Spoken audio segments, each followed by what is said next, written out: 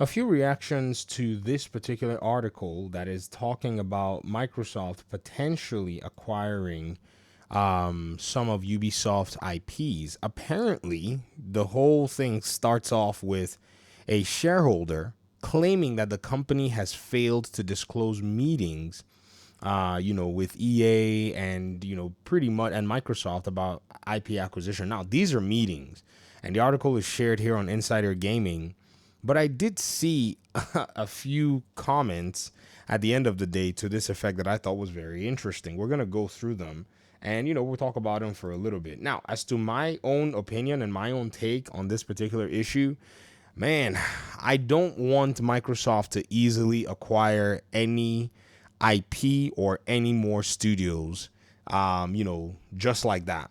And I say that because this is time for them to sit down and optimize. Now, they can acquire whatever they want, and their goal, which seems like it's to spend PlayStation out of business, number one, infuse themselves into PlayStation's business, and then erase the lines between what anybody may think across the board it serves as exclusivity and such. I understand that. Can they do that? Of course they can. But like I said, optimization is where their business needs to be focused on right now. They need to be able to get in there. And while they get in there, they need to be able to go ahead and tighten up areas within their ecosystem that is lacking. And behold, there are areas that are lacking. I've seen some people talk about Xbox Play Anywhere. I've seen some people talk about, the lack of developers actually taking this approach to their games. Now, to that, I say, you know what? That's up to the developers. I don't know why people are making it seem like that's Xbox's problem. They've made it a possibility. They've made it here for you. Some publishers take advantage of it, some don't. For instance, Warner Brothers will do it from time to time. I mean, maybe the game has to be old or not sell well or something. I don't know. Maybe it's a studio by studio thing. For instance, if you look at their Middle Earth Shadow of War and Shadow of Mordor, this game is playable on Xbox One, Series, and PC. If you look at another game that they have on here on their store, like Gotham Knights. Gotham Knights also has the Play Anywhere capability on the Series and PC. So some publishers do engage in this, but some don't. These publishers would love to double dip because to them, the bottom line is very important. So Xbox is going to just lead the way in that and do that in every single game. That is not their problem. There are, however, some other things that can be done, like making it very easy to allow for the versions of the games that are already running on console to be able to run on their PC store. And just like they did with the 60 FPS boost for some of the games when the Series S and X launched, one of them is the Division 2. I don't know if many of you know, but the Division 2, when it launched, Xbox was doing something where they were doing an FPS boost where if you as a publisher or a developer wanted your game to pretty much go ahead and have a 60 FPS mode, if it was possible, they just go ahead and just do it for you. I think that was something that was being done there by Microsoft's engineers. This is another possibility that they can take into account by taking and saying, hey, man, hey, if you guys want, perhaps we can, allocate some resources on this game and possibly, get a PC version onto our PC store. Or if you already have a PC version, that you maybe submitted to Steam, perhaps you can probably furnish us with that PC version and we'll get the job done for you. You guys don't have to allocate any resources. There are many hitters like that. I mean, I'm talking things like Monster Hunter, which is interesting because the other Monster Hunter games are here, right? I mean, think about it. The other Monster Hunter games are here on the PC side, but there are no Monster Hunter games on the the new Monster Hunter is not here. And what's crazy is that this Monster Hunter Rise is also Play Anywhere. You can play it on the Xbox One, on the Series S and X, and on PC. So this is, these little things can add up to making such a tight ecosystem that when you think about acquisition, you look and say, acquisition is not necessary now, right? Then there's the other side of some of the titles that exist on console that that now belong to them. Now, yes, because of copyrights and because of a lot of other things, most of these games have disappeared from Steam. Well, they own these games now, right? And they are the publisher of these games, they could also start making efforts to get these games to now start coming to the PC platform, expanding them and bringing them even into the Xbox Series platform as well, just little by little, and I'm sure they're making the efforts to do that with their AI, capabilities and the repackaging capabilities with the Sonic compiler and all. So these things need to materialize, and they need to double their efforts on them before going to acquire another IP, because acquiring another IP requires the exact same thing. You got to manage that IP. You got to manage everything. I think this is just the Guillermo brothers trying to save their influence on, the company that they've built from ground up all these years.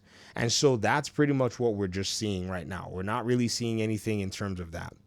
But this this person on Twitter replied and said, name any past IP acquisition that is doing good at Microsoft. What about EA? I'd rather we donate to save Ubisoft than have it or its IPs acquired by either of those two companies. Well, I don't know what this person probably is thinking. Perhaps maybe they don't want to see Microsoft, hold on to these companies.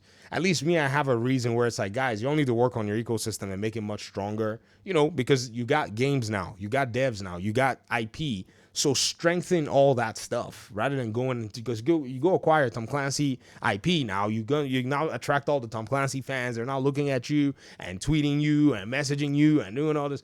Because some of you may or may not know, I'm I'm a huge Division player, and I've played the Division for many years, and I can tell you that Tom Clancy fans can be they could be really passionate about their games, and you don't want to be the person that goes ahead and dumps on the Tom Clancy game or makes a mistake and you almost never recover from it. I think Ubisoft is reeling from mistakes it made. Numerous they may be, but one community that's really, really not so happy with the Ubisoft brand is the Tom Clancy community. I mean, pick whatever Tom Clancy you want to see. Is it Splinter Cell? They've ignored them for a long time. Is it the Division community? They've made those ones mad. Is it the Ghost Recon? They made those ones mad as well. Sorry. And then is it the Siege? Oh, well, Siege has its own ups and downs, which is still carrying Ubisoft.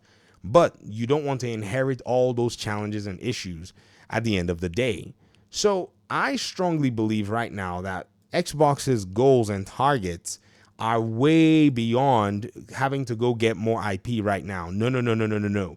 Y'all need to show some strong, tight management. I'm talking, who's the tightest of managers, in my opinion? I think it's if you look at, say, maybe video game output. From Software has good video game output.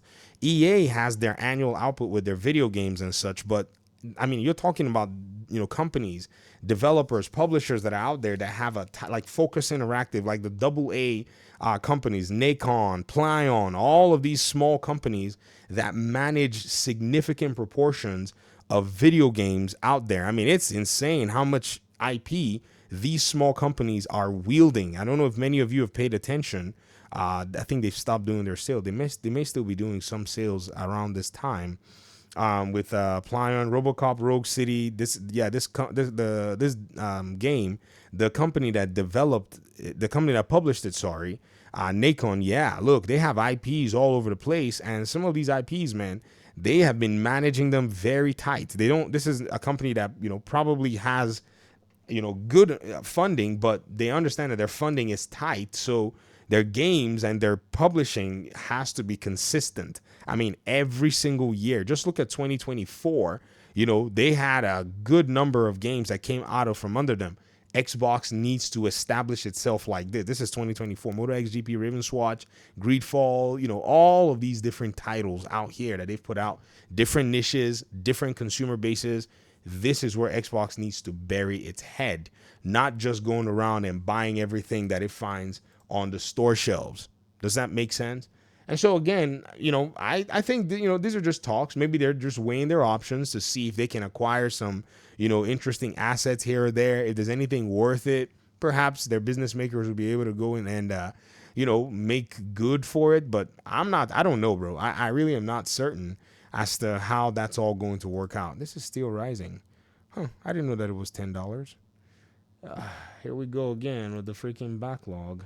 All right, I'll get out of y'all's hair. Thanks so much for watching the video. Appreciate y'all so much. And hopefully we'll talk pretty soon in another one. Peace out.